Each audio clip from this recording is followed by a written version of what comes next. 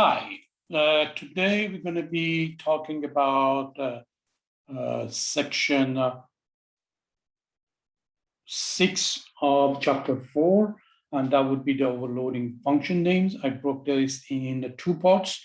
The first part talking about overloading, and the second part automatic type conversion. So this is a part 1 of 4.6 overloading functions.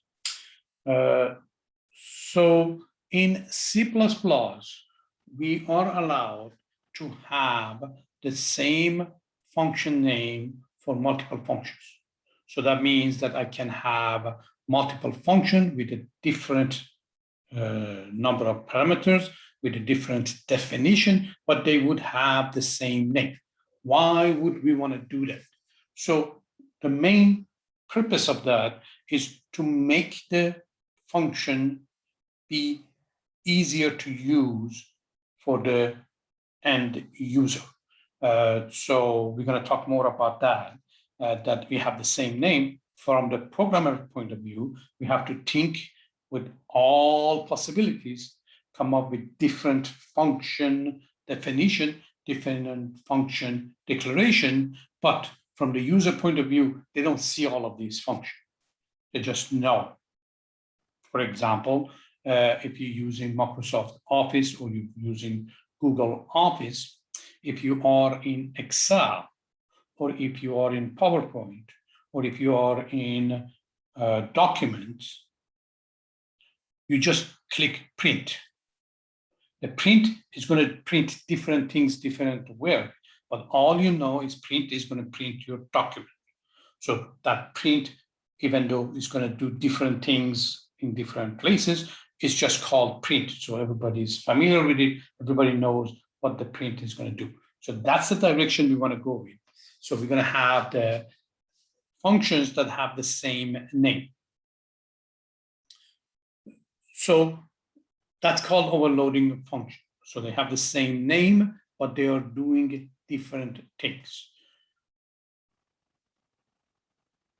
The example that your book is providing is the division operator that's overloaded. So if you use it for a double, it's going to give you a double divided by double. If you do it with the integer, it's going to do integer divided by integer. So depending on what you're going to have as an operand, it's going to behave differently. But as far as we know, it's just a division. So let's look at the example here. We have a function, both of them are called average. And one has two parameters. Let me get my annotated. So one of them is going to have two parameters. The other one is going to have three parameters.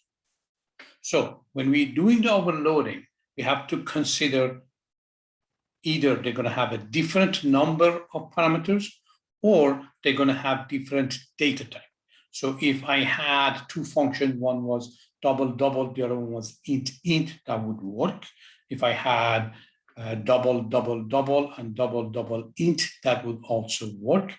So now in my program, so this is going to be declared on the top, and we're going to have a definition, just like we have two different functions.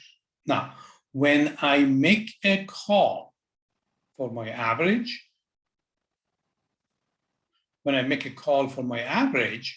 I am passing three different numbers. So it's going to look at these three numbers. It's going to go look at this. It's okay, this is only two numbers. So it's going to go and find the one with three different numbers. Now, I am passing three integers, but this one is three double. We're going to talk about this in part 2 about automatic type conversion, that why the integer becomes double. So that's why in this case, it's going to use the second definition because it has three parameters and it's going to match up with this. So the only way the compiler can figure this out is they have the same name. they're going to have the same return value. If this second one had two parameters, both of them be double, then it would be confused which one to use. You wouldn't know which one to use. But because it has three parameters here and two over there, it can choose that one. Or it can have different data types. So if it has different data types, then it knows. So the idea is what? When you call a function, it can go and find the correct one. That's the idea of having different signature for all those overloaded functions.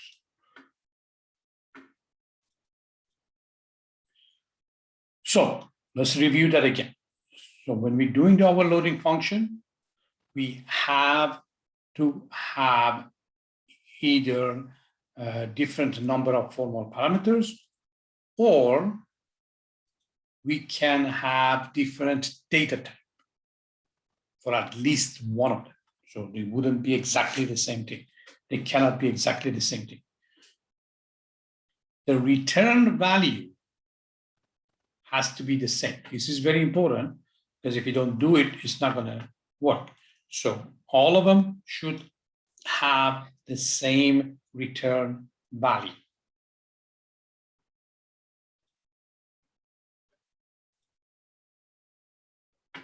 Let's look at the example here.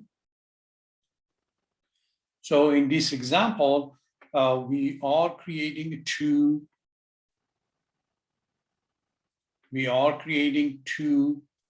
declarations.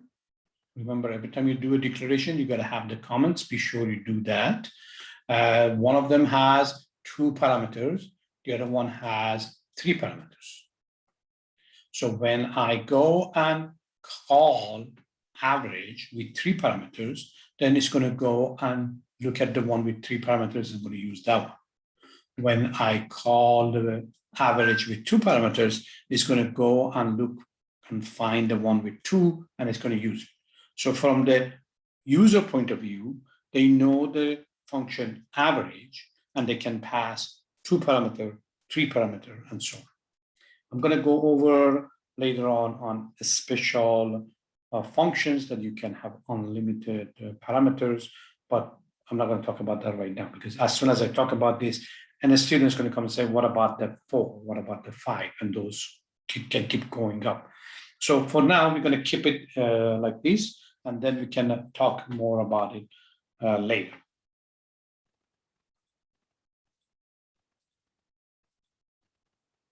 So let's go back to our pizza buying program. Remember, we talked about this in the previous section, that we had around pizza, and we were going to find out which one is more cost effective. The idea of the cost effective was to be sure we're going to find the unit price. So if we can find the unit price of whatever we're buying and compare the unit price, that's the way we can find out which one is more cost effective. The marketing of companies have looked at that and figure out people are not looking at unit price. So what do? They make the bag bigger with the smaller chips in it. So the unit price is more expensive. But we as a consumer, we are just looking at the bigger bag and say, okay, this one is much better than the other. That's the way they sell us potato chips. You open it up, it's half empty, because we are not looking at the unit price. But that's the side story. Let's talk about the unit price that we're going to be figuring out here. So for us, we did the round one. We needed the diameter and the price. Then we would take the diameter, we cut it in half to find the radius. And from the radius, we would calculate the area. And then we would calculate price per area. And then we can have multiple pizza. We did it with 2, and then we can figure out which one is more cost effective. So I have a party. Do I buy 10 medium or I buy 7 large? Which one is more cost effective? So this program can tell us. Now we have another option. We say, you know what? Not all the pizzas are round. We have some rectangular pizza.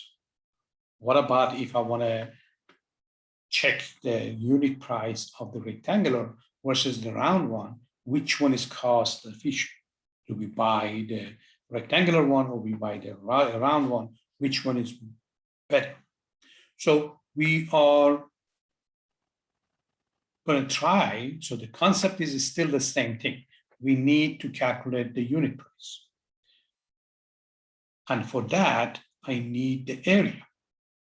But the area calculation of a round pizza is different than the area calculation of the rectangular pizza. So now, for me to be able to create a unit price, I need the length and width of my rectangular pizza.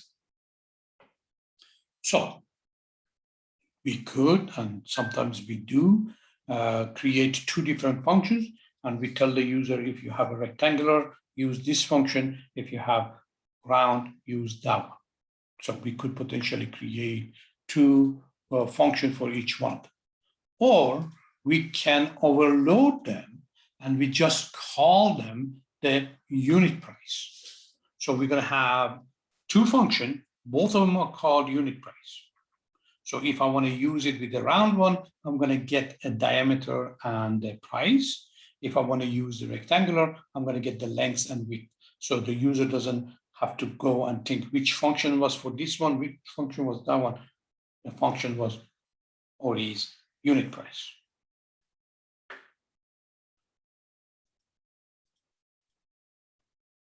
So let's look at this one.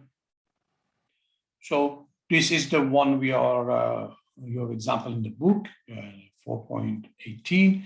So I have two unit price. Remember, we are going to do more work in the development side, but the user doesn't have to worry about all of these things. So one of them is going to have two parameters, one integer, one double. The other one is going to have three parameters, two integer and one double. So when remember, the compiler doesn't care what you're going to call your variables here. All it needs to know is what is the data type. And it's going to count to see how many is it. Now, on the bottom here is talking about unit price. So it's going to call the unit price. It's going to call the unit price with three parameters. Then it's going to go in there and it's going to find the one with three parameters. It's going to use that one. And it's going to have another unit price with two parameters. It's going to go in there and use the one with two parameters. Now, we could use the same thing with a different data type. So if I have three string coming in and I want to add them together versus two integer or versus two double, I can potentially create new functions. We're going to learn more about this as we go along. So don't get yourself overwhelmed and say, what about this? What about that? Because if you get to that, then you're going to have 50 functions. So what about the sum of two numbers? What about sum of two characters? What about the sum of two double? Now, what about it's going to be three parameters? What about it's going to be four of them? So it's going to keep going, but we will learn how to handle those things and we don't have to worry about it. Okay, so this would basically give us the rest of the program. So what we want to look at here, a couple of things I want to mention again. So whenever you do your output in the template, I'm asking you, how do we format this? So if I want to display, remember the program is going to calculate and display unit price. So we can just display two unit price with all kind of decimal points and all those things. But the first thing we want to do is think about what is the decimal point in that. So here is unit price is 2. Generally for dollar, we do the 2 decimal point. Maybe I don't want to have a decimal point, but is it matter if the unit price is, I don't know, 1 cent more than the other one? But if you think about it, the unit price is just for the unit.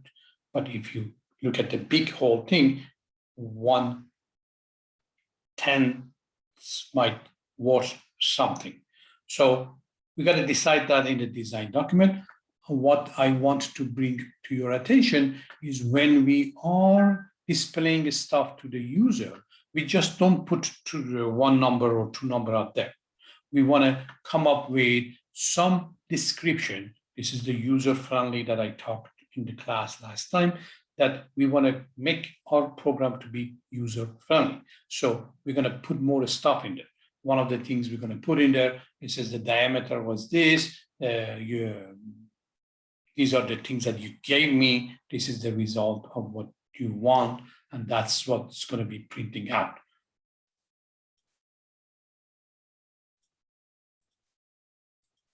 So if you look at the sample dialog, still some of you guys are not posting that with your submission. So remember, with your submission, you need to have a sample dialog. So it's going to have some kind of a wording. This is going to be the input, and this is going to be the output. So we want to make it as user-friendly as possible. So I'm going to stop this one, and then I'm going to go to part 2 in a different